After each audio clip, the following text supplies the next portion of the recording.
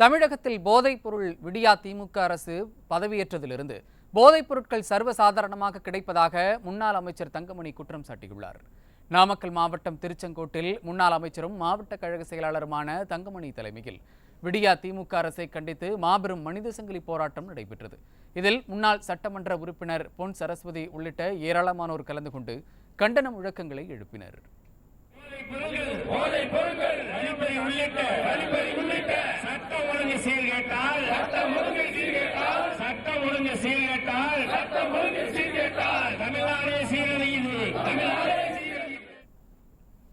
இதனைத் தொடர்ந்து செய்தியாளர்களுக்கு பேட்டியளித்த முன்னாள் அமைச்சர் தங்கமணி, விடியா ஆட்சியில் தமிழகத்தில் எங்கு பார்த்தாலும் கஞ்சா உள்ளிட்ட போதைப் பொருட்கள் எளிதாக கிடைப்பதாகவும் சட்டம் ஒழுங்கு சீர்குலைந்தே இதற்கு காரணம் எனவும் சாடியுள்ளார்.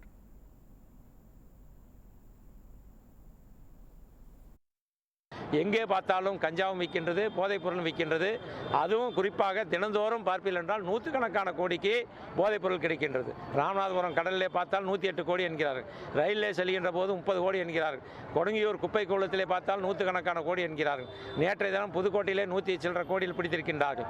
ஆக இத்தனை போதைப் பொருள்கள் தமிழகத்திலே இதுகாரம் 3 ஆண்டு காலமாக அண்ணன் எடப்பாடி அவர்கள் இந்த போராட்டத்தை அறிவிப்பதற்கு முன்பாக தமிழக மக்கள் மத்தியிலே, மாணவர்கள் மத்தியிலே, இளைஞர்கள் மத்தியிலே இந்த பழக்கத்திற்கு அடிமையாகிற அளவில் எளிதாக கிடைக்கின்ற வகையில் சட்டத்தின் ஆட்சி இல்லாமல் இந்த ஆட்சி நடைபெற்றுக் கொண்டிருந்தது.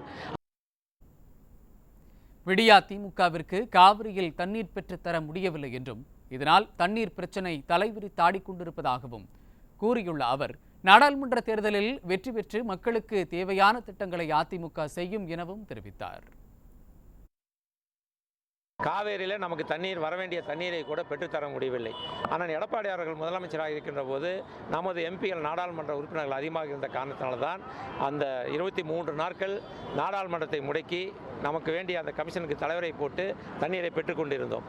இன்று அவளோட கூட்டணியாக இருக்கின்ற காங்கிரஸ் தான் கர்நாடகாவில் ஆட்சி செய்து கொண்டிருக்கின்றது. இவர்களுடைய 40 நாடாளுமன்ற உறுப்பினர்கள் இருக்கின்றார்கள். ஆனால் நமக்கு வரவேண்டிய தண்ணீரை கேட்டு பெறாத காரணத்தினால் இப்போ எங்கே பார்த்தாலும் தண்ணீர் பிரச்சனை தலைவரித்து ஆடிக்கொண்டிருக்கின்றது. நேற்றைய தினம் கூட கர்நாடகத்துடைய துணை முதலமைச்சர் அவர்கள் தமிழகத்திற்கு ஒரு சொட்டு தண்ணீர் கூட தரமாட்டோம் என்று சொல்லியிருக்கின்றார்கள்.